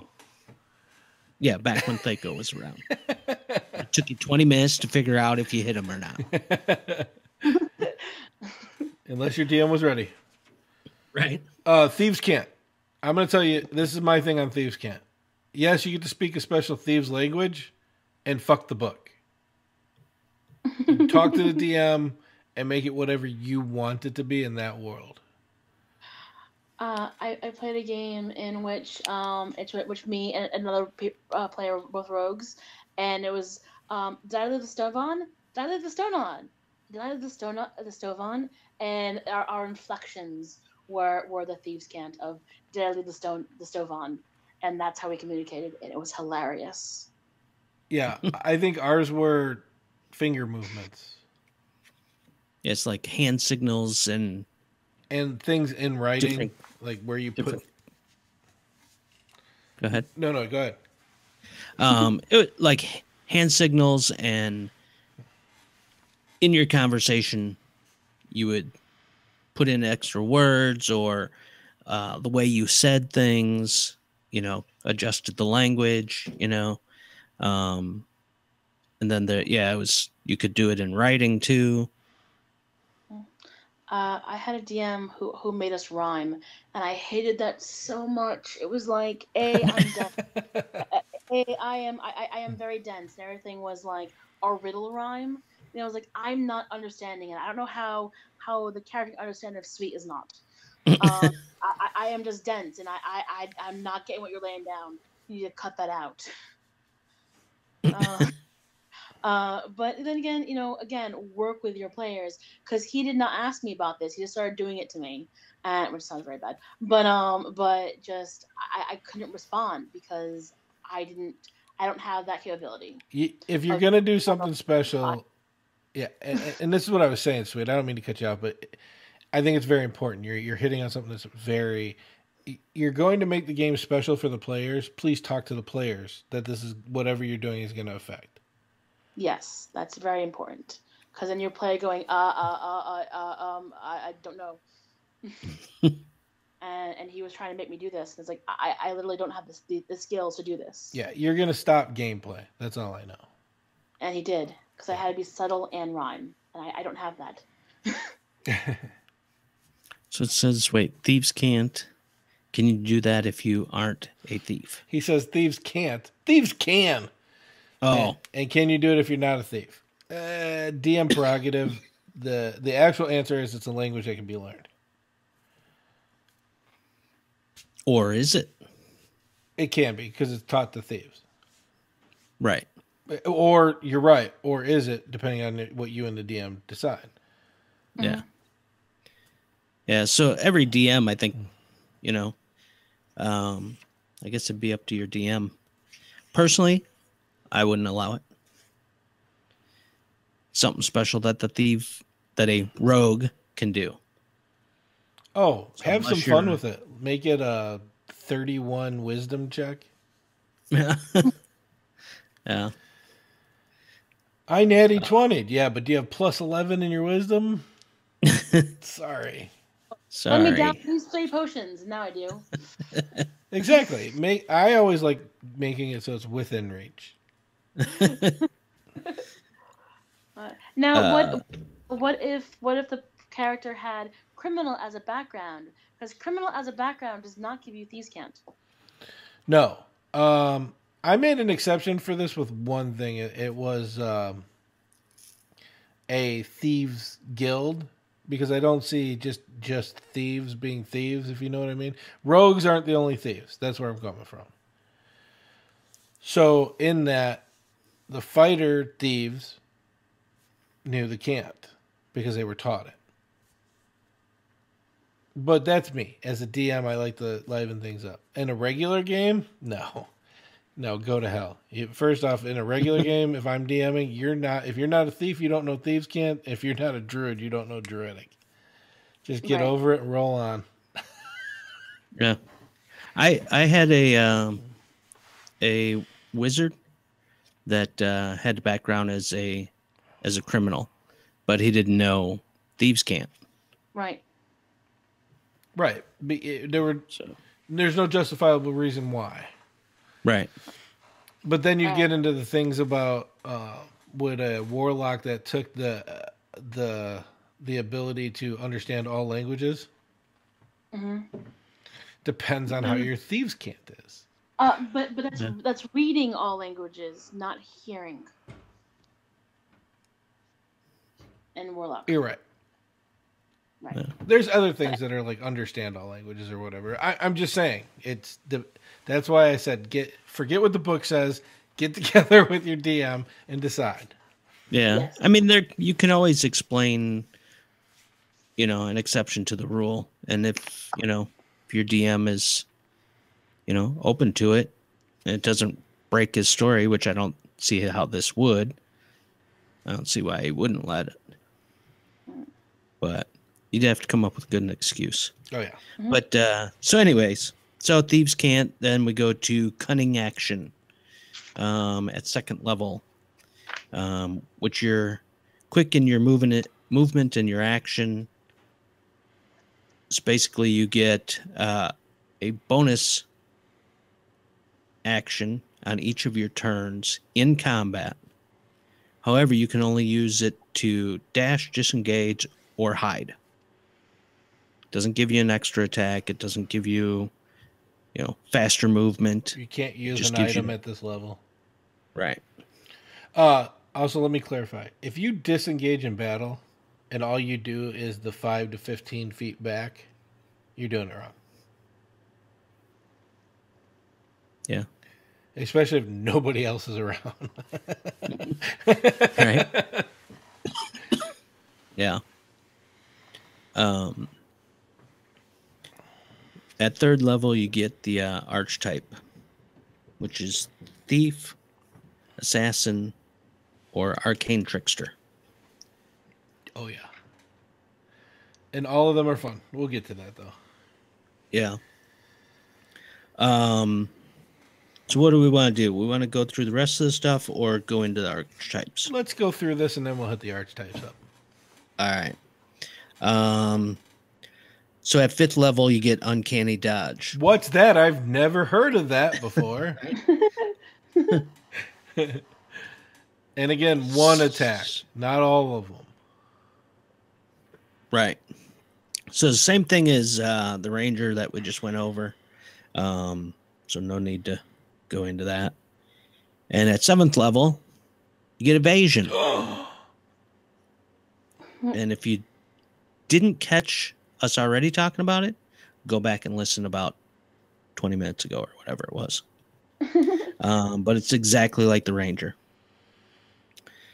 At 11th level, you get reliable talent. This is awesome. You refine your chosen skills until they approach perfection. When you make an ability check that lets you add your proficiency bonus, you can treat a D20 roll of 9 or lower as a 10. So again, it's a check that you don't get to add your proficiency to, right? No, you have to be able to add your proficiency. Yes. So it's what they're saying is one of your chosen professions. It can't be. If you didn't take athletics, it cannot be added to athletics. You actually already have to have proficiency in it. Yes. Yeah. Okay. Like all my deception, I roll deception, and you believe me. Good. Oh no, that 3 is really a 10. Now that's not the added skill. That's just the roll. Oh, I know, but my deception is usually pretty high. No, what I'm saying is if your deception is 10 and you rolled a 9, it's not 19, it's 20. Oh, I not you, sweet. I'm clarifying for everybody. All right. So if I roll that 3 is actually a 10 plus my deception bonus. Exactly. Right. Yes. Sorry, I knew it in my head. No, I wasn't saying it for you. I was saying it because people watch the video and they'll be like, "Oh, blah blah blah blah." I just wanted to clarify that because it is very specific to that. Yes, and I that's one of the reasons why. That's one of the few reasons why I actually regret taking multiclass, because I want this so bad, and all my multiclass, makes me reach that much later in the game. I still haven't. I've been playing 5e for actually over a year now. No, over 2 years now. So I still have not reached that. Yeah, so that's at 11th level. Yeah. That's tough. What at 14th level you get blind sense.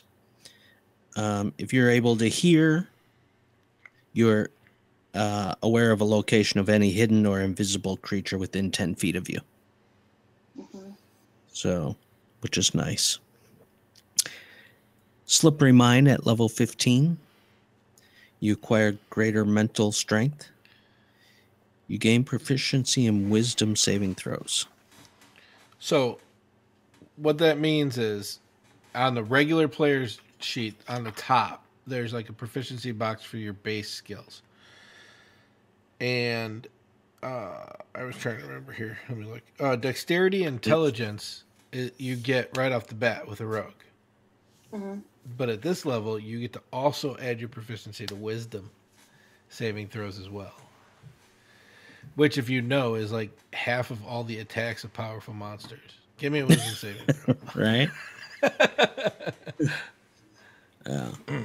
Yeah, so that's kind of a big one. And at that point, your proficiency bonus is +5, by the way. Exactly. Yeah. At 18th level, you get elusive. Nobody can have advantage on you, is what it means. Yeah, that's basically it. Unless you're incapacitated. Right. Hold person. You're screwed if you're. And then at 20th level, you get Stroke of Luck. What is it? Once per short rest, if you roll a d20 and it fails, you could treat it as a 20. Oh, yeah. So here's a question for you. Yeah. So that's just ability check. That's not a tax. That's not right. That's just an ability check.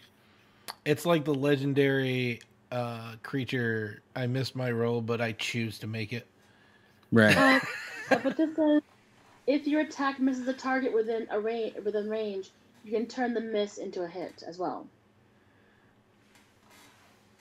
Yes, I was talking about. Oh, yeah. I thought he was asking about crits. Yeah. See, so you hit so that automatically. Was my next question. You hit automatically, but you don't crit if you choose to use it on an attack. But if you're doing an ability check, then you can have that 20. And you get that 20 and then add your ability score. Right. Okay. Yeah, because I was going to say automatically crit. That's nice. But that seems far-fetched. So yeah, so that doesn't work. So that's all the way at 20th level. If you get that far. If you get that far. I will never reach that. And there's so much of D&D that unless you're playing the long game on a campaign, I think the closest we got was 17 to 18. Yeah, something like that. And then we got our asses handed to us by a bunch of CR7s because the DM's an asshole. No. We got our asses kicked by some crazy ass wizard in our party that fucking fireballed us. He fireballed his own toe. Fucking people. So thief. All right, so roguish archetypes that we didn't go over yet. Thief, my favorite. Thief. Yay, thief. So thief, I mean, it's pretty self-explanatory. At third level, first thing you get is fast hands.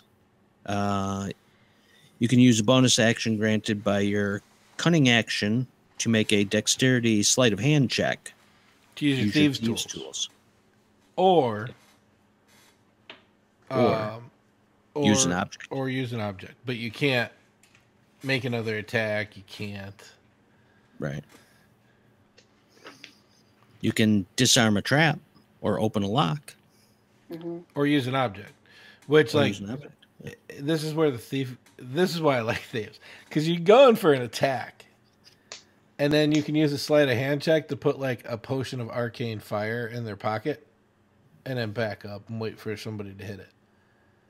Mm-hmm. Right? Or if you see that they have a healing potion, see if the healing potion. That way they can't drink it themselves. It's use an object. It's specific sleight of hands. Oh, gotcha. Wait. No. It's very sleight of hand check, comma. Right. Instead of hand check.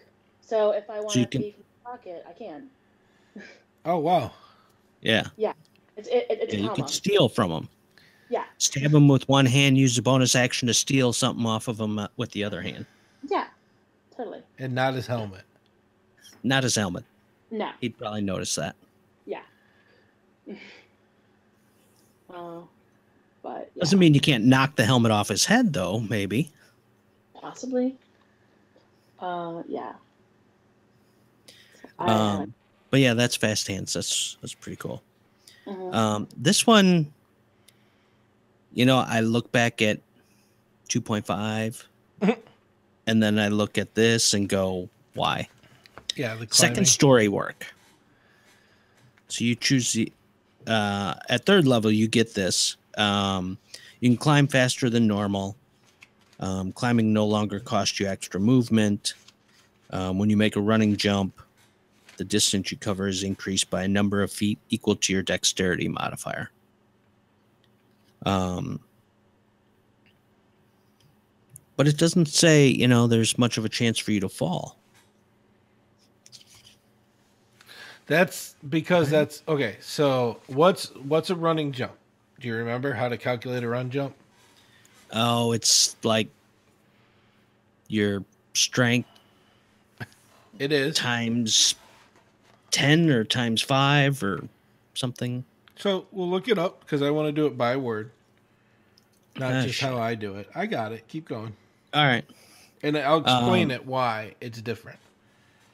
Yeah. So basically, I mean, you gain the ability to climb faster than normal.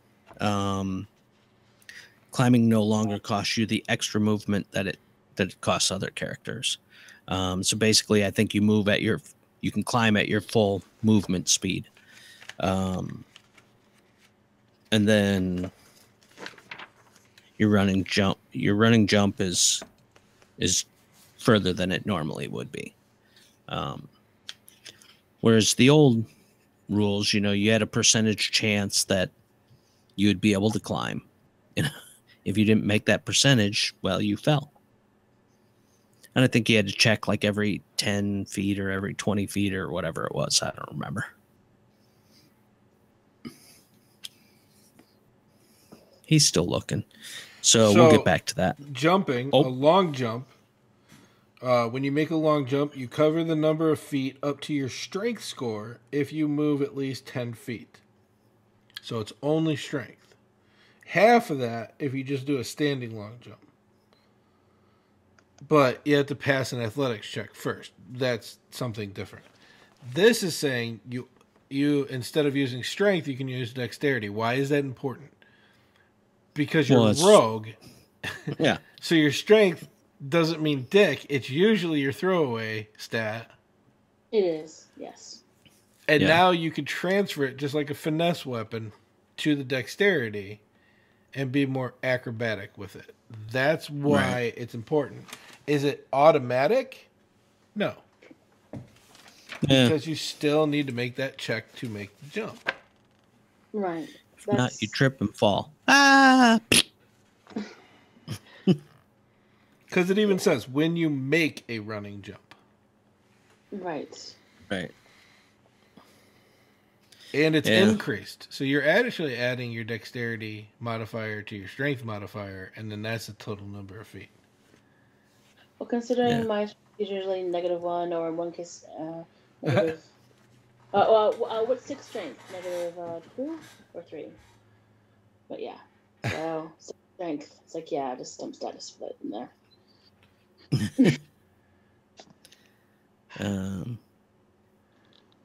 The roof is too low. So Supreme Sneak? Supreme Sneak. You have advantage on a dexterity stealth check if you move no more than half your speed on the same turn. So if you have a movement speed of 30 and you take 15 and you're going to go stealth and hide, you have advantage on that roll. Yeah.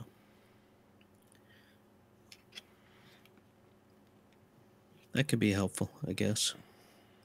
Use magic device at level 13.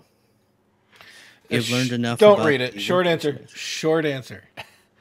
Alignment or not alignment. Class attunements no longer mean anything with magical items. So if it says you have to be a warlock or druid to attune to this, you can as a rogue at this level. Yeah. Yeah. Thief's reflexes at 17. Go ahead. You quickly escape danger. You can take 2 turns during the first round of combat at your normal initiative. Yep. For the first one, and the second one is at your initiative -10. You can't use this when you're surprised. And that's it for Thief. Assassin, straight up killer, min max, unless you're role playing something with it. Yeah. Gain a proficiency with disguise kit and poison kit. Assassinate. I hate this one. Take it out of the fucking game. Listen to me. Watsy, listen. Take it out of the game. Why? Because starting at 3rd level, you are deadliest when you get to drop on your enemy. You have advantage on attack rolls against any creature that hasn't taken its turn in combat yet. In addition, any hit you score against a creature that is surprised is a critical hit. Nice. So not only do you get your sneak attack bonus if you hit, because it's advantage, but you get a critical hit if they're surprised by your attack, which, if you have advantage, they're surprised by your attack. Right. This is the dumbest thing ever. I like it, by the way. Is a lot of damage. Yeah. And that's the drop on your enemy. So that's every turn. That's not like the beginning of combat. That's every time you get to attack. As long as they haven't gone that turn, you get right. It. Yeah. Yeah, as long as you beat them out in the initiative for each turn. Yeah. Boom, every time. That is a little overpowered, I think. Are you sure it's every time? Keep going. I'm gonna look this up. I think it is, but No, So it's then the they first don't- one. what's that? It is the first time. Yeah, it's the very first time. It's not every round. I thought.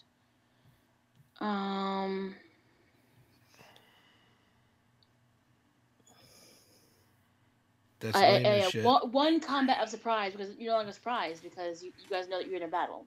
So it's only the very first round in combat. Oh, okay. Yes, I thought it was saying that you got it every time in every turn, and I'm like, holy crap! because they're no longer surprised. You're there hitting Right. them as you had said earlier. They hit me. What a surprise! Hit me again. Oh, it's such a surprise. No, they're no longer surprised. Well, and that's up to interpretation because read that last line. Right. Yes, but again, if they haven't taken a turn in the combat itself. There's a period before that last line. In addition, Anytime they're surprised and you hit, it's a crit. right, but that's not any creature that hasn't taken a turn yet. There's a difference between haven't taken a turn yet and surprised. Right. So if you ambush somebody, then you would get the advantage and the critical hit. This is totally a DM's prerogative because as a DM, you don't have advantage unless they're surprised. Because in 5th edition, there is no such thing as look rules. Just because they're looking away from you does not give you advantage. Right. There's no facing in D&D.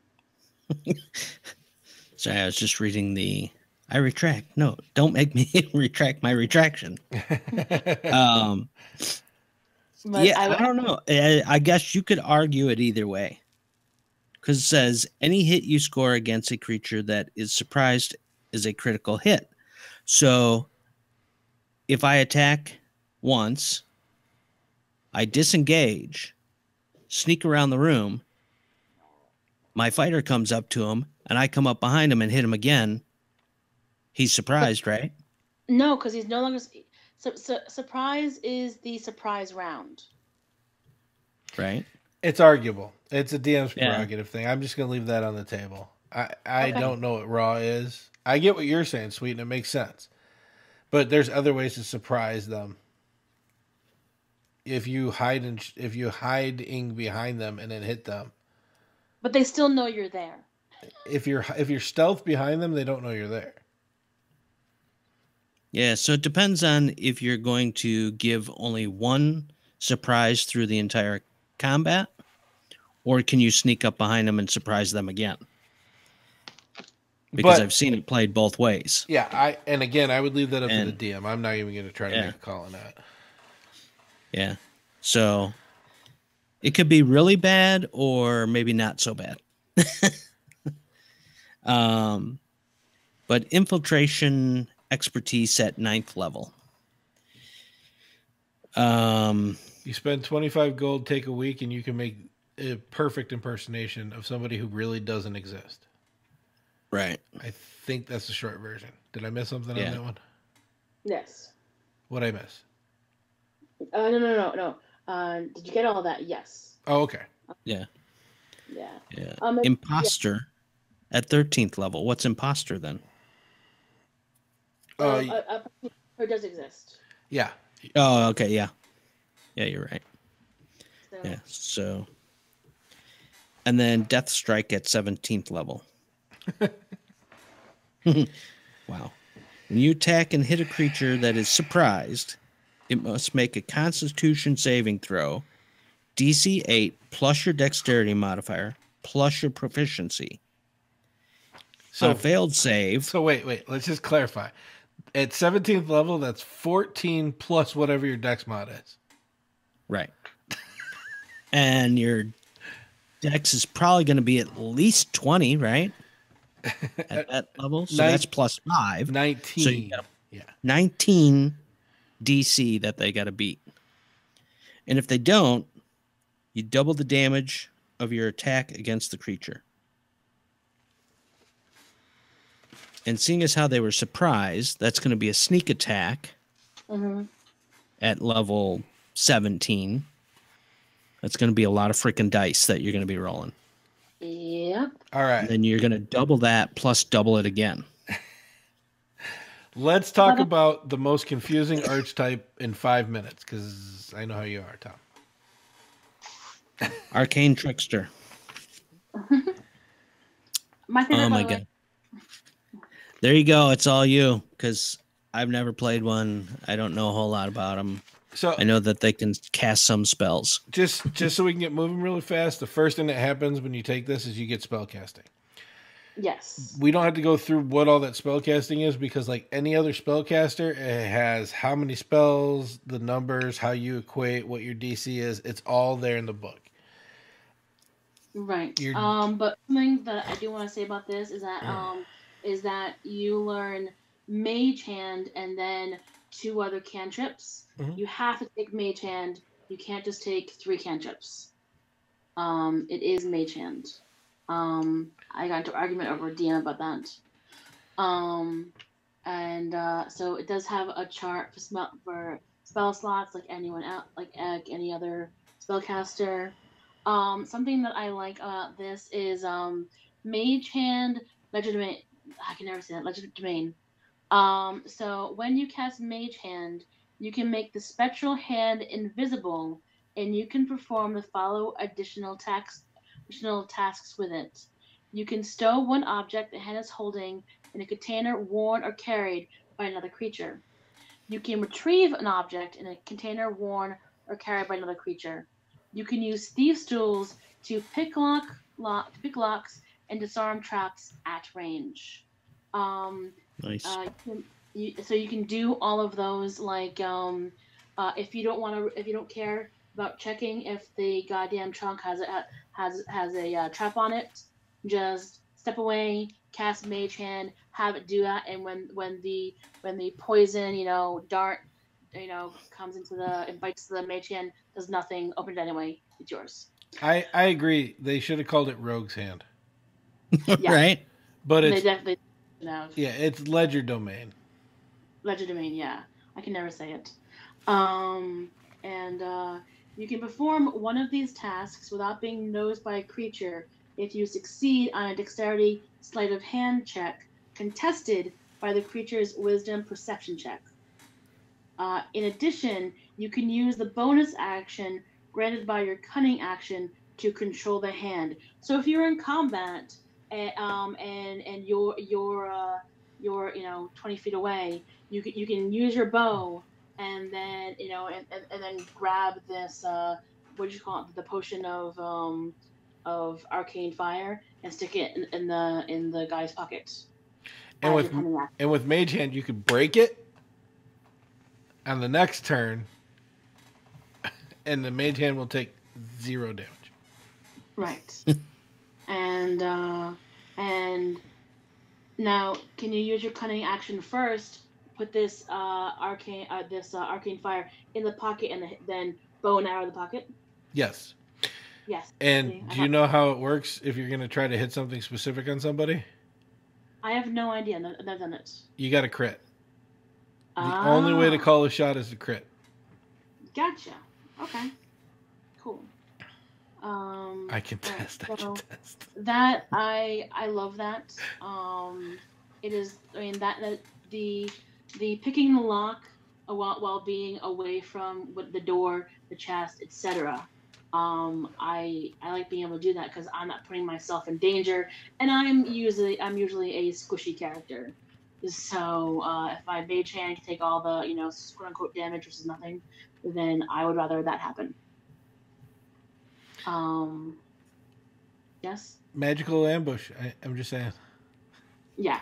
So at 9th level, if you are hidden from a creature when it has a spell on it, the creature has a disadvantage on any saving throw it makes against the spell this turn. No other caster can do that. I love it. Right?